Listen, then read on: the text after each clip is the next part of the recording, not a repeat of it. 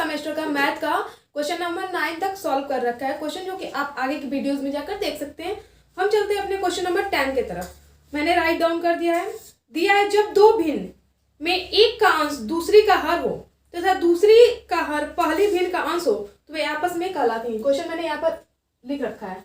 Option है इकाई भिन्न, मिश्र भिन्न, व्युत्क्रम भिन्न, ये सभी। तो जब दो भिन्न में एक का अंश दूसरी का हर हो, ख्याल करिएगा, तथा दूसरी का हर पहली भिन्न का अंश हो तो वैसे भिन्न आपस में व्युत्क्रम भिन्न कहलाते हैं, यानी कि अपोजिट वाले डायरेक्शन में जाते हैं।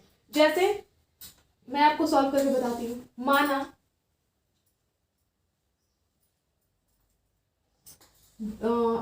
अंश बराबर ए, हर बराबर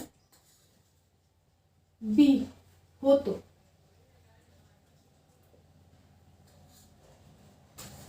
तो भिन्न क्या होता है? भिन्न बराबर अंश बटा हर, यही होता है ना। मैंने पहले क्वेश्चन, इससे पहले क्वेश्चन में बता रखा है। भिन्न बराबर होता है अंश बटे हर।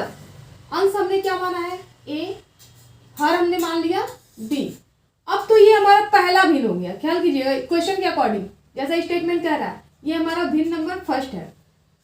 अब आपसे बोल रहा है जब दो भिन्न में एक का अंश दूसरी का हर हो तथा दूसरी का हर पहले भिन्न का अंश हो तो वे आपस में कहलाती हैं। अब सीधे इसके अपोजिट चलिए आप। माना, इसी में माना अंश बराबर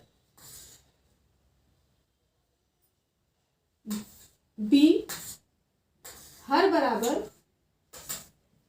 ए हो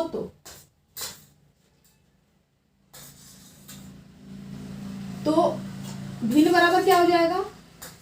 सेम वही चलेगा, फॉर्मूला हमारा वही रहेगा। भिन्न बराबर अंश बटे हर।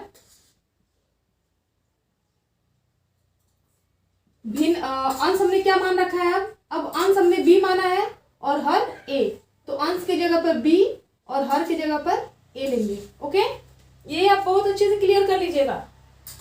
फिर आगे का देखिए, हम बताते हैं, पहले आपको सॉल्व कर लेते हैं। जब, अब देखिए स्टेटमेंट, जब दो भिन्न में एक का अंश दूसरे का हर हो। अब हमने ये पहला भिन्न माना है, ये दूसरा भिन्न मान लिया। ओके, पहले का अंश दूसरे भिन्न का हर हो। पहला यही ना है हमारा भिन्न और दूसरा भिन्न ये है, ख्याल कीजिएगा। अब पहले का अंश यानी कि पहले का अंश दूसरे का हर हो, यानी पहले भिन्न में जो माने हम ए, पहले भिन्न में वही अंश है और दूसरे भिन्न में वही हर है, ख्याल कीजिएगा। और फिर आगे स्टेटमेंट दिया है तथा दूसरे का हर पहले भिन्न का अंश हो। अब देखिए दूसरे का हर जो है पहले का अंश हो, तो मैंने कर दिया। दूसरे में ए को हर लिया है और पहले में इसको अंश ले लिया है, और पहले भिन्न में मैंने बी को हर माना है और दूसरे भिन्न में हमने बी को अंश माना है। ओके, क्लियर हो गया। अब देखिए हम पता कैसे करेंगे व्युत्क्रम है या नहीं। तो जब भी व्युत्क्रम की बात आएगी तो आप जब भी कैलकुलेट करेंगे तो कैलकुलेशन के बाद आंसर 1 आना चाहिए। इतना एक फैक्ट मेन है। यानी कि देखिए ए अपॉन बी पहला भिन्न हमने ले लिया, ठीक, फर्स्ट भिन्न है ये, और दूसरा भिन्न क्या है? बी अपॉन ए है। ओके, इसको आप कट करवाइए। ए से ए कट हो गया 1 बार में, बी से बी कट हो गया 1 बार में, यानी 1 × 1 क्या आएगा आंसर? 1। यानी कि जब भी व्युत्क्रम की बात आएगी तो पहले का जो अंश होगा वो दूसरे भिन्न का हर होगा और दूसरे भिन्न का जो हर होगा वो पहले भिन्न का जो हर होगा वो दूसरे भिन्न का अंश होगा। और उनका कैलकुलेशन करने के बाद, यानी कि जो भी कैलकुलेशन है उसको करने के बाद, कट करने के बाद, कटाने के बाद आपका आंसर क्या आना चाहिए? 1।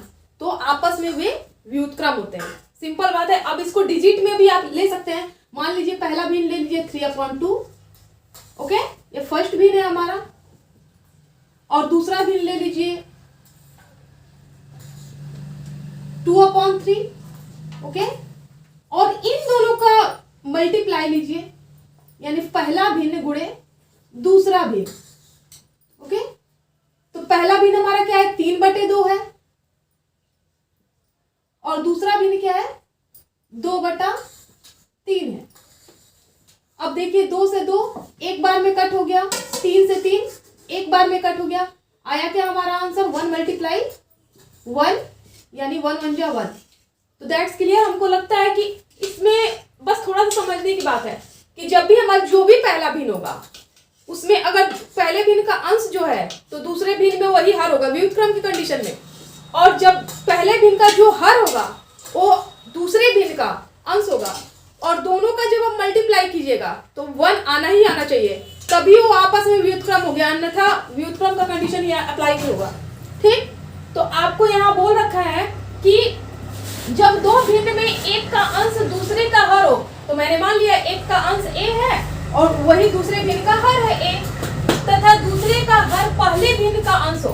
अब देखिए दूसरे का भिन्न यानी भिन्न नंबर सेकंड का में मैंने हर को a ले रखा है और उसी को अब पहले भिन्न में हमने a को अंश मान रखा है, ख्याल कीजिएगा। और दोनों का जब हम मल्टीप्लाई करेंगे तो 1 आना चाहिए आंसर, तभी हमारा व्युत्क्रम का ये कंडीशन स्थिति को दर्शाएगा, अन्यथा ये नहीं आंसर ये फॉलो ही नहीं करेगा। अब देखिए हमने a/b पहला भिन्न ले लिया और दूसरा भिन्न b/2 है हमने ले रखा है, तो मल्टीप्लाई कीजिए, b से b कट हो गया, a से a कट हो गया, कितने बार में? 1 बार में, तो 1 × 1 यानी 1, यानी कि हमारा व्युत्क्रम का कंडीशन शो कर रहा है, सॉल्व कर रहा है। क्लियर।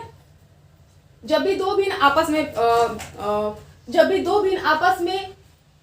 आपस में एक का अंश दूसरे का हर हो तथा दूसरे का हर पहले भिन्न का अंश हो, केवल सीधे मान लीजिए 3/2 1 है तो दूसरे में 2/3 होना चाहिए। जब आप उसको गुणा करेंगे तो कट होगा आपस में, देख लीजिएगा कट कराकर, मैंने यहाँ पर एग्जांपल भी दे रखा है।